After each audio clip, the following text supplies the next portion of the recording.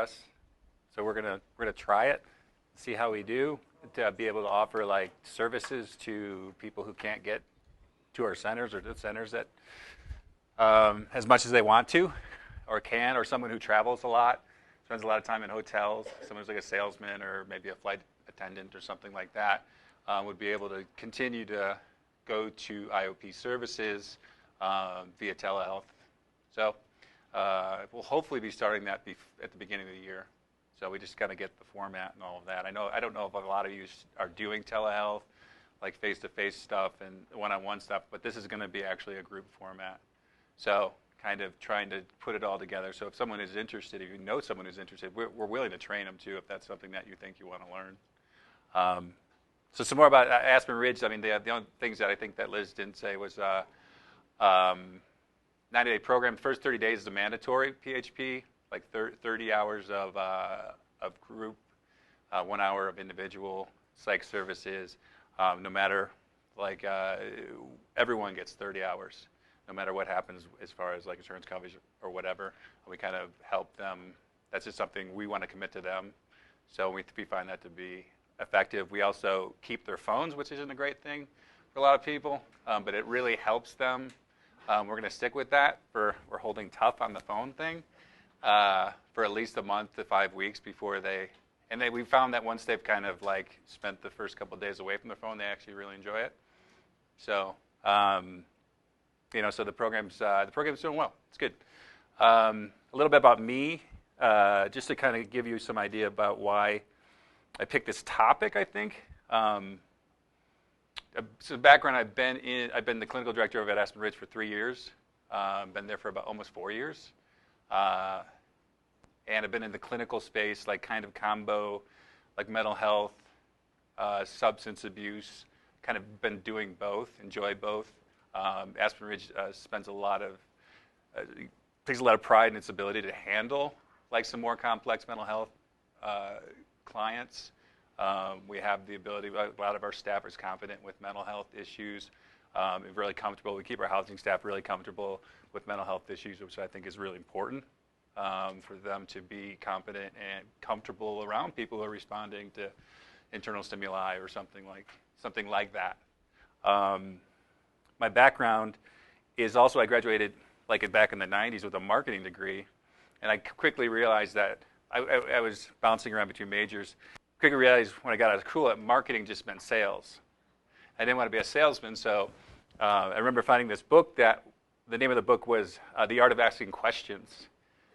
And I remember really loving the idea of that book, and the idea of asking like the really, really good questions. So I started working for a marketing company, but just as like an entry-level person, going through marketing research, tabulating research. I ended up like working what at that time was called a tabulation house, where you're taking research and like qualitative research and making it quantitative. So taking answers and turning it into numbers.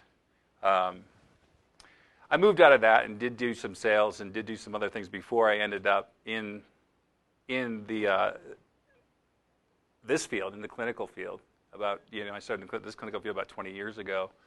But my appreciation for questions has always been there, and my appreciation over the last 10 years, I've been really interested more, like spending a lot of my free time like studying philosophy, and asking like big questions, big like life questions, and I think that's really helped me in two ways. It helps me with like kind of keep my own self grounded.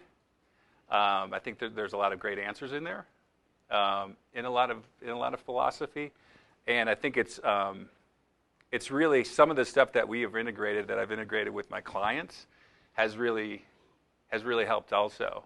And I think that's what we're going to talk about that a little bit later. When we talk about the idea of measuring serenity, that's where I kind of get the idea from it. It's like learning how to measure things and measuring serenity. So measuring things has been around for a while now. I mean, I don't know when we started to kind of get, and this whole thing's not going to just be about numbers. We're going to talk about like the important, yeah. I want to stress the importance of them, and how we as clinicians, or myself as a clinician and myself as a clinical director, has learned to kind of like, at first I kind of play fair with them, and now to kind of integrate them into our care. But I think like the first reaction I would get from like someone saying like, hey, we're going to start trying to measure what you do, I'd be like, good luck. You can't measure what I do. What I do is kind of special, and you're never going to be able to put a finger on that. And then when they start to get serious, I thought, oh no, like they're serious. They really want to measure. They want to try to measure what we're doing. They want to measure like progress. They want to measure outcomes. And I still was fairly optimistic about it, because I think it's something that is important, but it was still kind of something that was out there. Like, you can do that out there.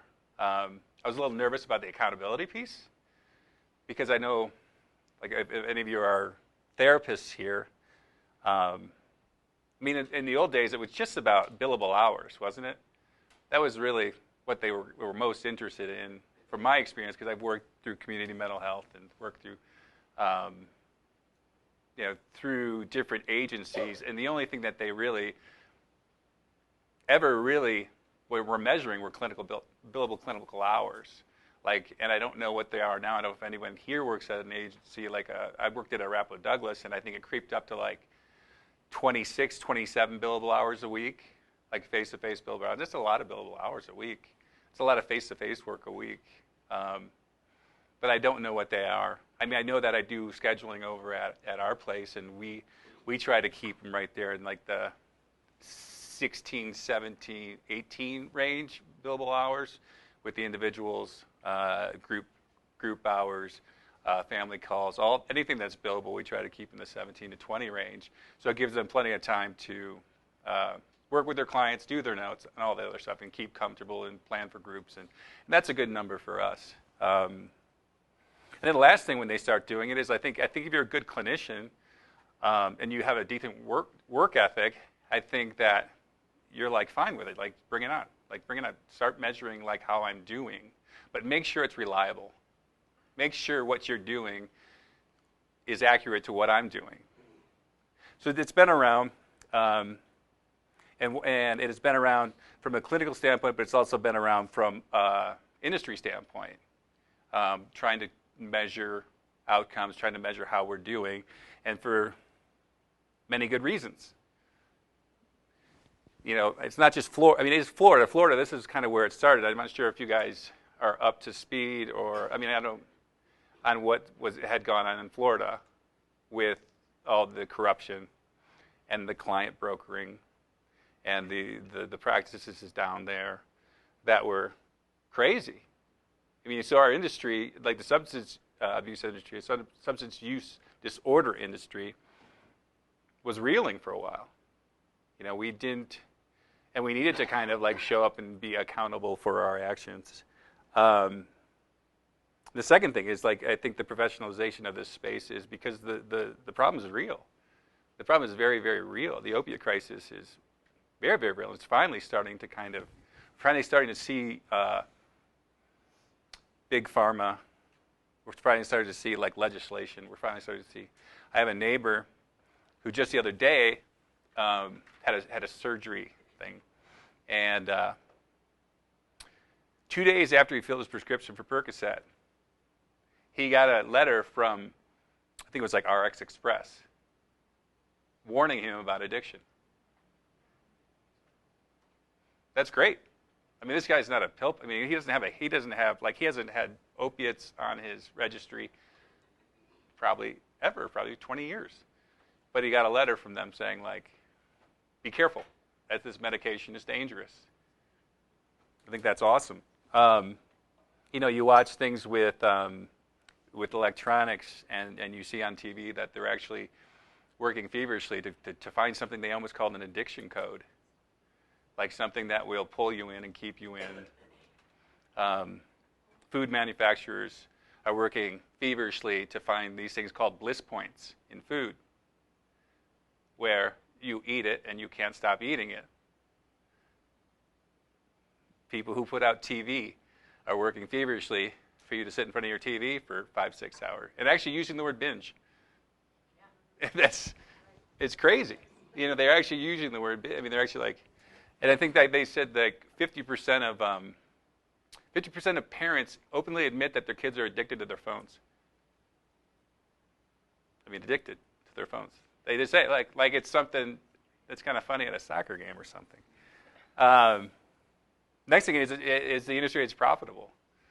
I mean, we're finding the fact that it is a profitable industry, and there's a lot of people who are sick. I'll tell you a little story about Aspen Ridge. Aspen Ridge, about 2 years ago, was bought out by this guy, and he's a business guy, and he's good. He's got good intentions. He grew up a teacher and worked in inner city schools. Went back to business school. Got a really prestigious, really smart guy. Went to Northwestern Business School. He's got his MBA, but he's a business guy, and so we're all like, we like working for guys who like, because the accountability piece. We like working. Yeah, yeah. But it's been good. It's been good for us because I think you have to accept it. And I think all of us who work for bigger organizations are seeing that, like the big hospitals, everything is kind of moving towards this professionalization, numbers, hitting numbers, figuring out what those are, quotas. I learned what KPIs mean through him. I didn't know what they meant. Now I know exactly what they mean. For those of you who don't know, it's key performance indicators, and I have a bunch of them now. And it's cool. And it's cool because now I know how to kind of, and I believe on some levels that they're reliable and valid. I mean, that's what we're looking for, is things that are reliable and valid. And I feel more, I think having someone there who's actually looking at the books and doing the numbers, I feel like my job's a little more stable. Yeah, it feels much more stable. And I think it's good. I think it's a good thing for the industry to start making this move and to start working in this direction. People who want data, regulatory agencies. So OBH, Jaco actually was at our building about a month ago, right? Yeah, for a recertification. And it was one of those, because they tell you 10 days in advance. So they don't give you a whole heck of a lot of time to tell you. And it's one of those things we're fine. It's like giving someone the keys to your house. And it's you can go over there. And then you start to think, did I leave something out? What are they going to find? And what kind of, yeah. So we went through and tidied things up. And they came through. And every time they come, they're always looking for, they're always adding things, which is fine. The woman that came from Jacob was great. She explained everything. It was really good. I mean, they're pushing holistic care. They're pushing pain and nutrition assessments. They're pushing more efficient, effective suicide assessments. Some of the things in the data region that they're really starting to push is more competency evaluations, going in and making sure everyone gets a competency evaluation by their whoever is their boss, and also what else was it? Outcome studies. We've been doing outcome, the BAM. Anybody familiar with the BAM? Brief addiction monitoring. So they do the brief addiction monitoring, and we gather data from that. We also do a weekly client satisfaction survey, so we get data from that. SAMHSA, we also provide potential clients and their families. I know a lot of you are marketers, so you show up with outcome studies. You have numbers that you show people. The industry is not really regulated with what numbers we put out there, I don't think. I mean, there's no, my significant other works for a biologics company. And Big Pharma is every other week we're getting boxes of flyers or informational material, marketing material. And every week we're throwing out marketing material because one word, this word, you can't have this word in there. You can't have this word in there. Every word that's on those documents has to be approved by the FDA. So if the words change or if something changes, they have to So here we're still kind of working with being able to generate the numbers, but also being able to kind of use them ethically and finding the numbers that are, impressive. We're not going to use numbers that aren't impressive, but also using them in a way that it accurately represents kind of what's going on at our centers and with ourselves. Like referral sources, I think the people who are referral sources are a little more savvy to looking at data. Is that true for the most part? Yeah. I mean, you could see, like, what's a good number? Like 7%? That's just a good number. Like, what's a good number? Like, when you look at an outcome study, like, what's a... Like, 3 months after treatment sober, like, complete abstinence 3 months after treatment. It's hard. It's hard to, like, yeah, it's because you never... Even the people who, like... You don't see it so much. Like, you'll see it on people's websites. You'll see different data points, but I don't think we don't think we've gotten to a point where we actually trust them. Right? Am I correct? Yeah. It's hard to really verify the validity of it. Yeah. Yeah. Because it's not 100% accurate because your patients aren't 100% accurately responding. Mm-hmm. Whether they're sober or they're not. Yeah. And if they're not responding, does that mean they're not sober, or does that mean they just don't want to participate in the survey? Yeah, we don't know. Yeah, we don't know who's picking up the phone. I know LB makes tons of phone calls, and whoever picks up the phone, who doesn't pick up the phone, and what do we do with the people who don't pick up the phone? And that's what we'll talk about that in a sec. Third-party payers, they're kind of interested in data. They're more interested. They have their own way of thinking. For the most part, they have their own systems of like figuring out whether they're going to pay you or not. And then lastly, but I think most importantly is the treatment planners and the program developers is like being able to use it like on our level as a therapist or as someone developing a program, being able to kind of use the information that's generated from outcome studies or from client satisfaction studies to drive treatment, to drive client care. And I think we're just starting to get to that place. Like I think where we're more confident about we're making small changes. We're a small place. So, I mean, there's bigger places that generate a ton of research, and you can access that research, and we'll look at that. But, I mean, still trying to look at it and see how we can use it to kind of generate. And you're right. Having the technology, too. Yeah. Measure. I mean, that's huge. Yeah. So it's what are you using to measure? What is the technology behind? What is the... It's right here. Like, what are the problems? Building the tools. Like, what are we using? What kind of tests are we using? How are these tests coming up? What are they measuring? And just trying to find the tools to do it. And I think and I'll show you a little bit later, I think some people are getting closer. But I mean, we still got a lot of work to do. And there's still, I mean, you have to be comfortable with gray because there is all of this stuff, like when you talk about the tools, there's tools out there, like Betty Ford and Hazelden have a great tool. Some other places have, quality of life and substance use disorder like assessments are great, but you can put together the best tool with some of the most solid questions, but it's still a matter of you get to the next one, agency resources. If you're an agency like ourselves, we're not busting at the seam with, statisticians. We're not. Yeah, we have. I mean, I don't think LP's a statistician. Yeah, and she's doing a great job. But we have Tyler too, who's like very like computer, very kind of statistically driven. He knows all the programs and all that.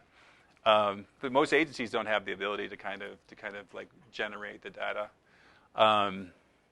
Then the tracking down of the client,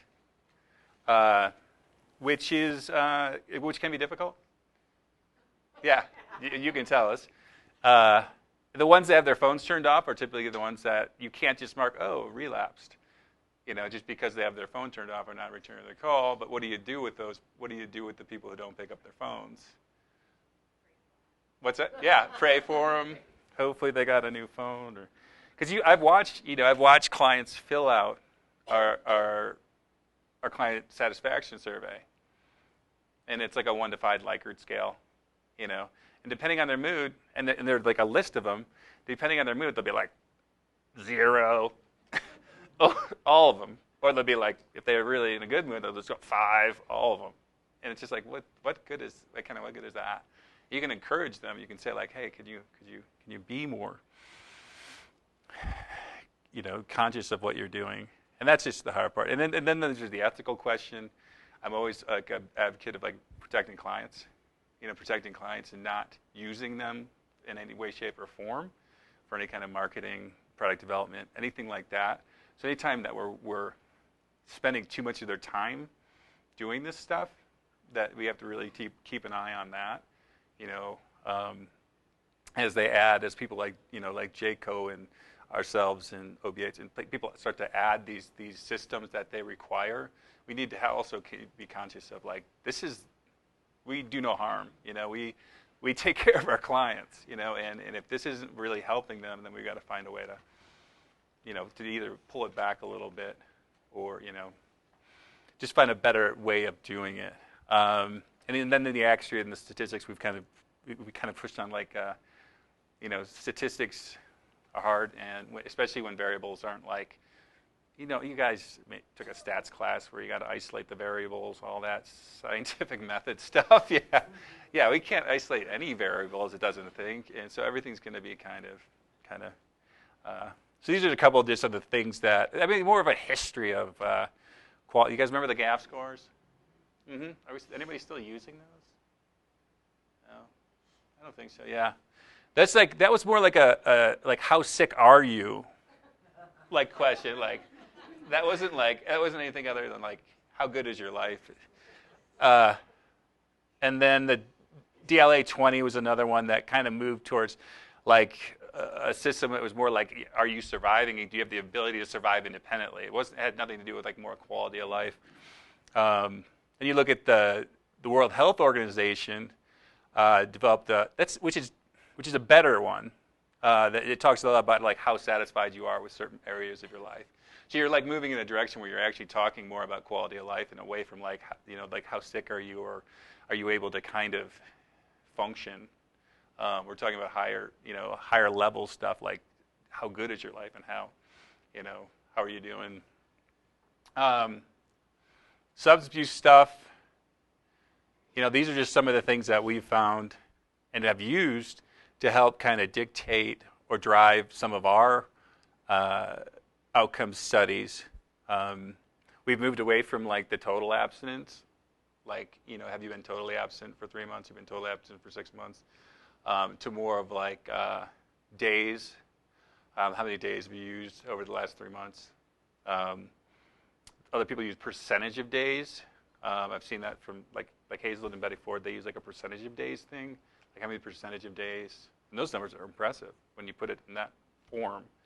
And it talks about, and it's still a lot of what we talk about in here is still more just like functioning. You're just functioning. Are you functioning? Are you in jail? No. Good. Do you have a house? Good. You're going to work? Good. So it's like it's more about just like how, like are you out in the world and you're just functioning and just kind of doing okay, doing well. And I'll show you some of ours. Just to be fully clear, this is something that we've come up. This is a group of people, a group of population, a sample size, if you will, that we're kind of proud of. And it's something that it's on our stuff. And 89% of self-reported alumni have completed, which is equivalent to 6 months of programming. So if a client comes in and does 30 days in PHP, does PHP 30 days, does 2 months of IOP5, 3 months of IOP3, which is 6 months of treatment, and probably stays in contact with the alumni services. That's a great way. That's what that says, and that's full disclosure. We're not trying to hide anything by saying that. That's our best number, and that's what we really press on our clients is to kind of do that whole 6 months. And we see, I think we'll see it a lot in substance abuse. Is more is better, more treatment's better. That's one thing that they have come up with. So being able to read that and say like that's pretty honest, and that's what we got. And yeah. Question: when you talk about use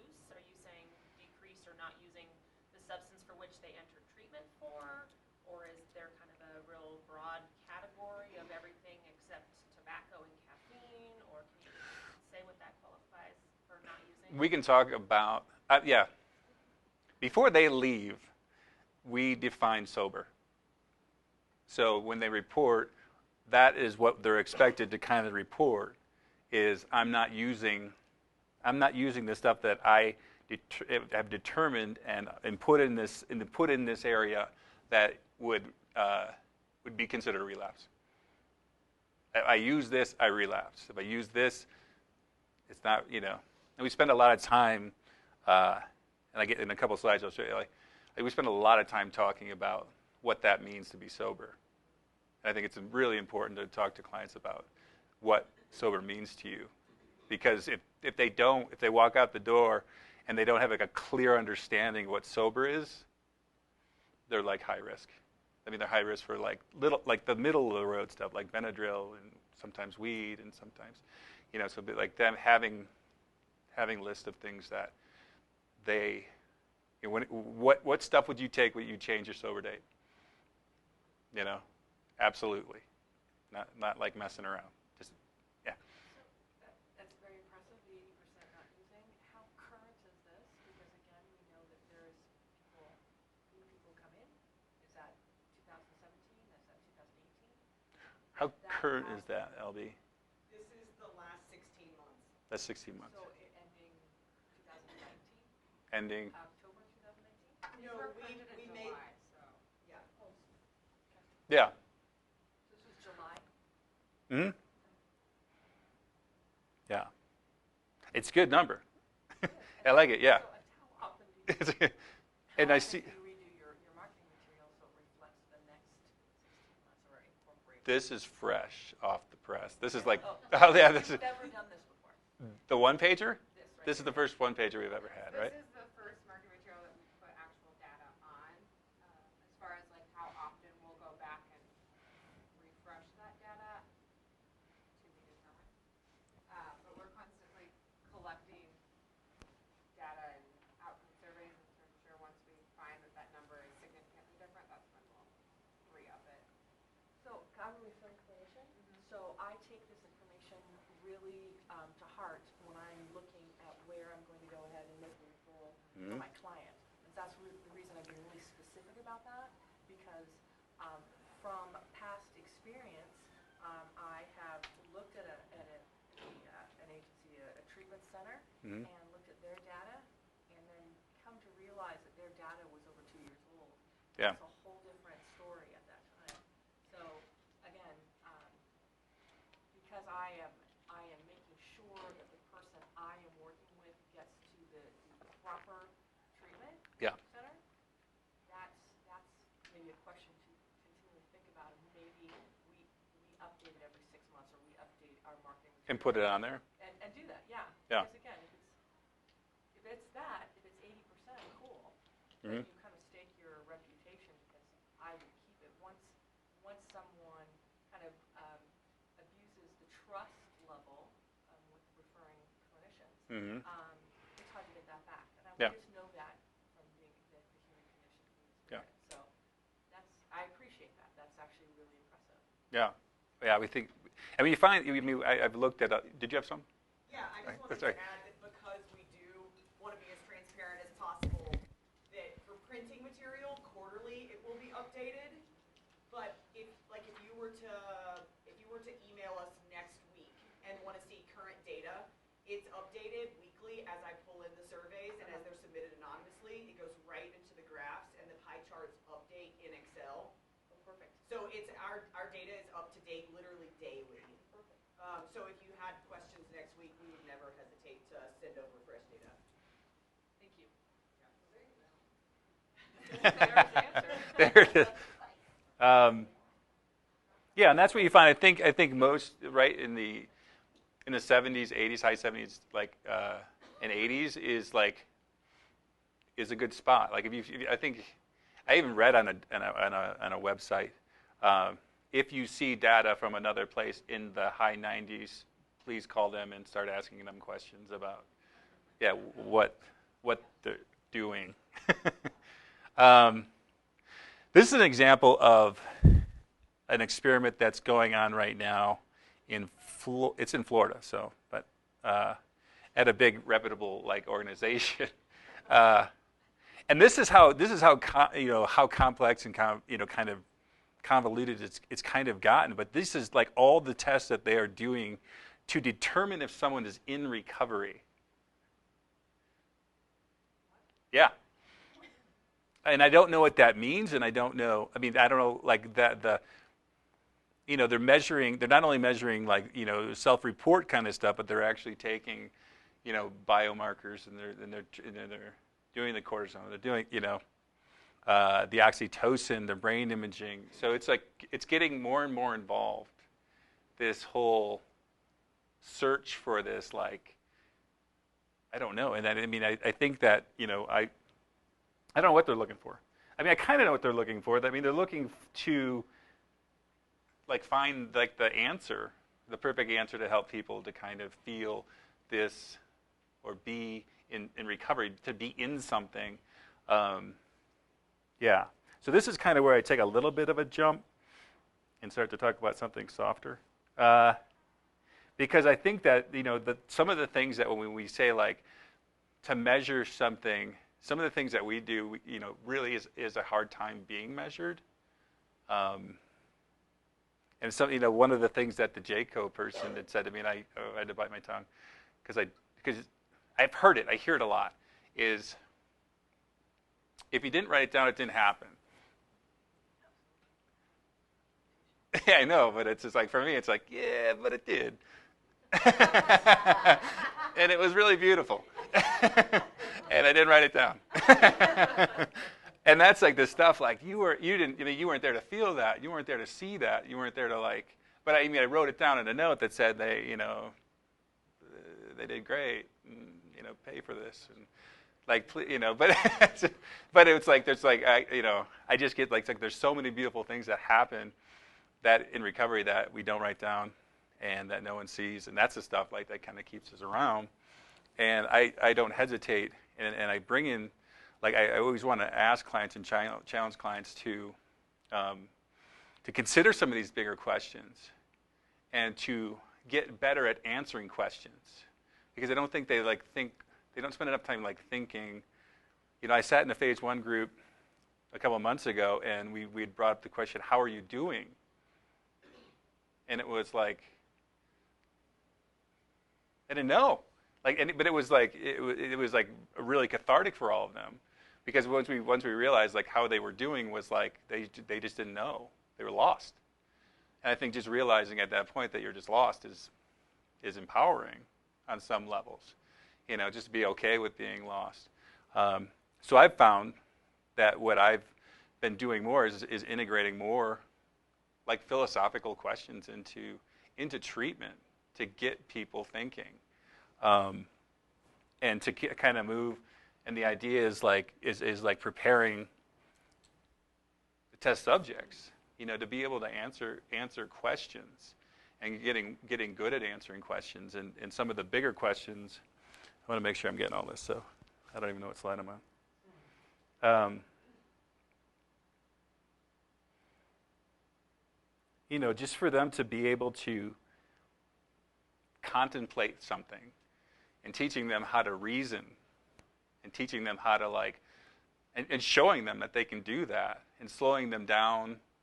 It's been super rewarding. Like it's kind of like that whole Socratic method, like the answers are within. Rather than just asking them and keeping it contained in their own personal experience, like bringing in things from the outside, like how do other people experience this? How through history, how are people experience this? And one of the things, eventually I would love for it to just be this, and that would be it. And that would be it. And I put yep because I think it's kind of more like a Matthew McConaughey yep, like real, not the Dazed and Confused Matthew McConaughey, but the kind of the cool one, just like yep. And you believe them, you believe when they say that, like yeah. But there's a lot that goes into that answer. There's an enormous amount that goes into that answer, And it's really just the second one. The first one's just for substance use people, but it's really just the second answer. Are you okay? And they would know. But everything kind of funnels down to that. funnels down to that question and spending time with them. And like I said, we have. I mean, I guess the advantage on some levels being working in an agency and having them in groups for 30 hours a week, so we can introduce some of these things, and bring some of these things to them. I can suggest some reading that I've done, like as far as like there's some more books out there that are bringing like philosophy and 12-step together and bringing philosophy and there's a great book on CBT and Stoic philosophy. It's a book, I think I brought it.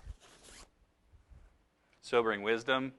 It's a book on, like, it talks a lot about how it's framed up in a philosophical manner. There's a guy who is a professor at DU who wrote a book on addiction and responsibility.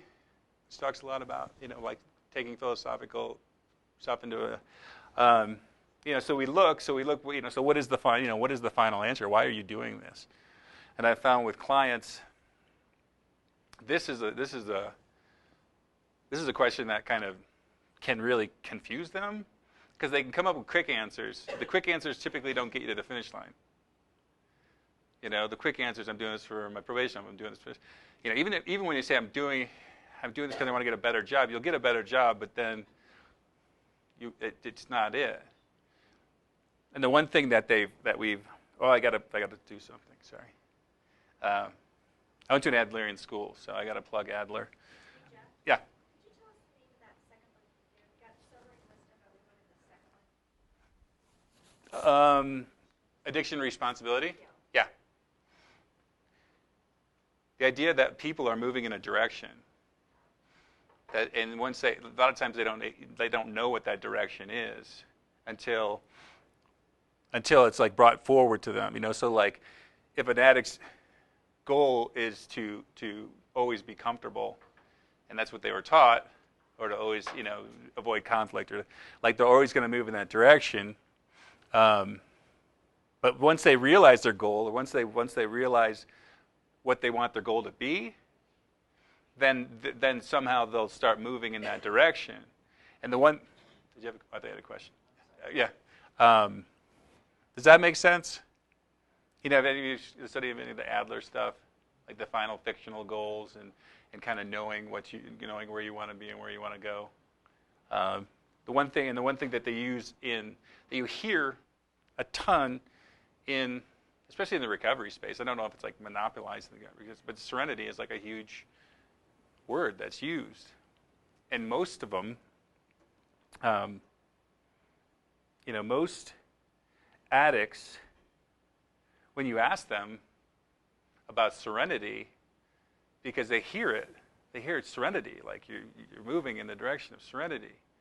You ask them like the question, like what is the difference between being high or being in a serene state, or being serenity? And they'll be like, they'll start to say like words like peace, and like, but they don't know they can't really put a finger on the qualitative difference. They can tell it's different, but they can tell it's different but they can't really put it's different than kind of like just being calm, because they know calm from like heroin, they know calm from, booze, so they know there's a qualitative difference to it. So like helping them understand and helping them kind of walk through this process. I'm going to quickly walk through with you guys because I got to get going. When you look in the big book, it talks about serenity, a number of different places. And so in the first one, it explains it as a force that is matched against another force. So there's something about it that has some kind of power. And then in the second quote, like there is a war. There's this war going on, and you need serenity, but it's different than peace. It's not just peace. Like peace is something different than serenity. So they differentiate the two. So you're starting to find some clues about what it is. But in the end, when you finally get there, you'll be able to comprehend the word serenity. So you'll be able to understand the qualitative difference between serenity, and then you will feel peace. So what is it about serenity? So trying to see what slide I'm on.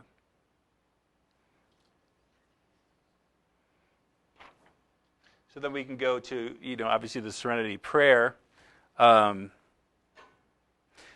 if you look at this, I mean, I can look at it from both an agnostic and atheist perspective, to God or not God. God or not God. If you believe in God, obviously you need serenity to accept something. I mean, it says it's a precursor to acceptance. So something about it.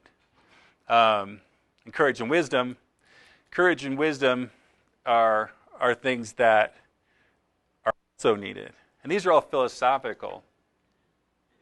So here we go a little deeper into that. The Serenity Prayer was supposedly around since the 1940s, but I would tell you it's been around for a lot longer than that. Probably since AD 125, Stoic philosophers had several comments that were very close to the Serenity Prayer. And Stoic philosophy was, I know it's getting a little thick right now, but we'll get through it. Yeah. But this idea, that's been around, this idea of differentiating what you control, what you can't control, has been around for a long time, and it's been the basis of possibly look at the last Epictetus goes as far as to define Stoicism itself as a study of this distinction between what you control and what you can't control. And what the Stoics believed is, once you understood this, the product of that was serenity. Once you had an understanding, once you became wise to that, you became grounded in that knowledge and became serene. The product of it was the feeling of serenity. But the serenity piece has a knowledge piece, a wisdom piece to it, a work piece to it. We see this here. The pink cloud. You guys know about that? Pink cloud period. It's an example. It's kind of an example of what kind of goes on in that dynamic. Probably for the first times in their lives, possibly for the first times in their life. They know something for certain. When you know something for certain, it's wisdom. So if you know something, when you feel wisdom, you feel serene. So the idea, if you can admit the first step, that I'm powerless, and I know that for certain, that feels good. Knowing things for certain feels good. But it doesn't get you to the finish line. But it definitely is an example of early certainty. This is one of my favorite definitions of serenity. Yellow parts are, for people who believe in God, but some of the atheists can take out the yellow parts if they want. But I think it's, we pray for His holistic, it encompasses all who we are. The serenity is a deep-seated confidence that all the important things in life are okay, and that we're going to be okay. The serene, because God is on our side and knows what He permits and why He does so. The serene soul rests in the certainty of being loved and cared for by the perfect lover, God Himself. So the idea, a deep-seated confidence, the ability, it's I have this okayness. I have this deep-seated feeling I'm going to be all right. And you get it if you've gone through it, But you can't, and you hear, if you want what we have and are willing to go to any length to get it, it's what do you got? Yeah, just give it. What do you got? And this is it. This is what. This is the direction we're kind of heading in. Spiritual awakening is another thing that people are always trying to head to. And what do you mean by spiritual awakening? What does that kind of show up as? For the most part, I think that most of them are more of an educational experience, an experience of coming together and learning enough about yourself, asking yourself the right questions, becoming grounded in knowledge, in what you can control and what you can't control. But you have to ask yourself a ton of questions about and you have to have realistic expectations about what you can know And a lot of that is in some philosophy, and being able to help people through that. I'm going to get done with this. So a good place to put it in, and a place that I like to put it in, is a couple different places, and one is into like the CBT curriculum, is to kind of start to approach some of those bigger questions, those when you're in disputing like core beliefs. When someone says they're worthless, start having a huge conversation about worth. What is worth? How you determine worth? Like what's a human being worth? Talking about how much the court of law would pay for a human being, and how do you determine it? Loneliness, talking about how deeply we can be and can't be connected with another human being, and talking about like some of that existential anxiety that could potentially come from being alone, and just letting them think about it. What is fair? Sometimes I'll show, and they remember this. Like I'll show clients. There's like these 20 minutes lectures from iTunes U. You guys ever go to that? There's like a Yale professor who's brilliant. Does a whole like class on justice, and I picked out a couple of different ones where he talks about justice, and he poses a lot of different thought experiments, and the clients love it.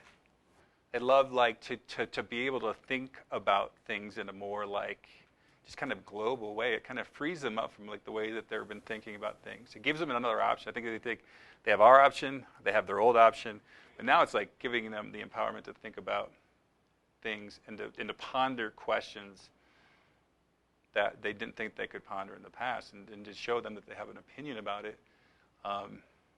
Hopefully in the end will help them. Like, I don't know if we're ever going to get to a place where they are better at answering questionnaires that we give them, but at least they'll have the ability to kind of, have the ability to do it, and have the ability to answer questions, and to know how to like think and reason and contemplate. And I think showing them that they're smart people and they have these abilities, I think once you start showing them that, they're like, this is amazing. Once you get back in control or partially control of your mind, it's just amazing. I would love to someday have that be the thing. And this is just something we do as a balanced life plan. There's lots of questions, and I want to, just touch on the recovery thing. I think it's very important to talk to clients about what is sober, and to have like a very pointed conversation about what that means.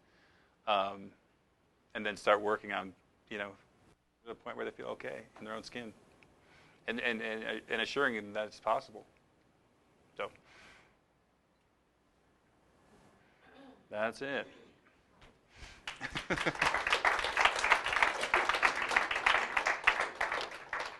Questions?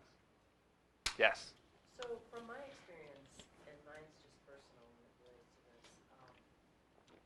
don't you find that some people just have an ability to philosophize a lot more than others Mm-hmm. because of where their brain goes, or their upbringing, or their, I don't know, I find sometimes when I'm working with others early in recovery, it's like we click. Yeah. They want to go there. I don't know if it's their brain, or I don't know. Can you kind of touch on that a little bit? I think that, yeah, there's definitely clients that will almost even bait you into like philosophizing, because that's where they feel comfortable, and I think it's a matter of, with some clients that do that bait you into it and want to talk philosophical or intellectually, is trying to pull them into like, how does that like affect you, like carrying around that belief or carrying around, because I think from my experience, you'll find that they don't really. They're just kind of spitting out information that they've learned, and they really haven't really thought about it to some extent. And I think the people, I think it's rewarding for them, but it's also rewarding for the people who are coming in thinking that like that they're stupid and they can't conceptualize these things, and then to talk, like have a whole session about what is courage, and talk about like what is, and then for them, like, you have an opinion, just blurt it out, and for them to see like, oh my God, that's what it is, and that makes sense. And like it makes them feel like, okay, it empowers them. Yeah. Because I think that's kind of like going back to what you said. That's a tough part about putting numbers on things. you know, because you have the one person that's like, what is a 6? Mhm. You know, and like can have like a 30-minute conversation. Mhm. I'd be more the guy like, am I a 6? Would you rate me a 6? Yeah. I could be a 6 if you tell me I'm a 6, but don't Yeah. tell me I'm a 7 because I don't want to let you down. Yeah. You know, and so that number's skewed like. Yeah. You don't know what That's people. gonna change. Yeah. My experience, that's gonna change, hopefully. Like the people that I worked with in the beginning, they're very argumentative. I was that person. When I was working with another one. I wanted to debate her on everything. And then it finally shifted for me that I don't have to be a be-all, end-all, know-it-all. Mm-mm. I just, you know, and then, I don't know, so I feel like there is that too, when we have more time in the program, whatever our program is. Yeah. We have that mental shift that we can be receptive to being curious instead of judgmental or open-minded. Yeah. Yeah, I think we, like I said, we have that advantage of like being able to kind of spend more time with them and like, but I think just planting seeds, especially if you just see your clients once or twice a week, just planting seeds and encouraging them to kind of ponder different questions and to think about their opinions and just encouraging them to think, you know, and that they always have an opinion and to be able to kind of. You know, because I don't I guess I don't know if they're ever going to be into like doing our questionnaires and yeah, I get it.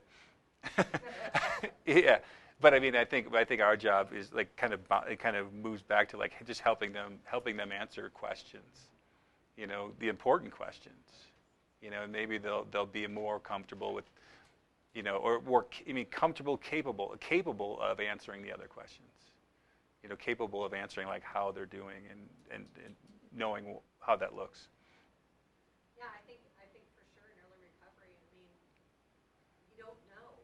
You just do not know. You haven't thought about that in however long you've been in your disease. Mm-hmm. I mean, I look at those pictures here. We're in this child's room, Yeah. you know, and I remember, you know, just from a personal standpoint, my sponsor gave me a picture with faces on Yeah. it. I had to put it on the refrigerator, Yeah. and you know, when I called her, whatever emotion I was having, Yeah. right? She'd walk me to the refrigerator, and I'd have to pick out the face that looked like mine in the mirror, you know. And it changed every day, like I mean, every it's hour a it would journey. change. Yeah, it's Yeah. a journey. I mean, Yeah. let alone how we ponder the questions of, right? I mean, Yeah, and just being. I mean, I think it's being like when they say like being comfortable with being lost yeah. and uncertain, and That's like so because there's a easy. part of it that most of it's uncertainty, like in being comfortable. Like when you talk about it, you're going to be uncertain about most stuff. You know, there's only a small amount of stuff that you're going to be certain about, and the other stuff is going to be like, I'm kind of, you know. But most, you know, just being like helping them be like free to say, I'm like really lost right now. I don't know the answer, but that is an answer. You're lost. That's perfect. Yeah, that's exactly where you're at. That's great. You know, that's just, you know, and just being honest. Yeah. I just want to get you guys out of here. But yeah. Appreciate it. Yeah. Thanks.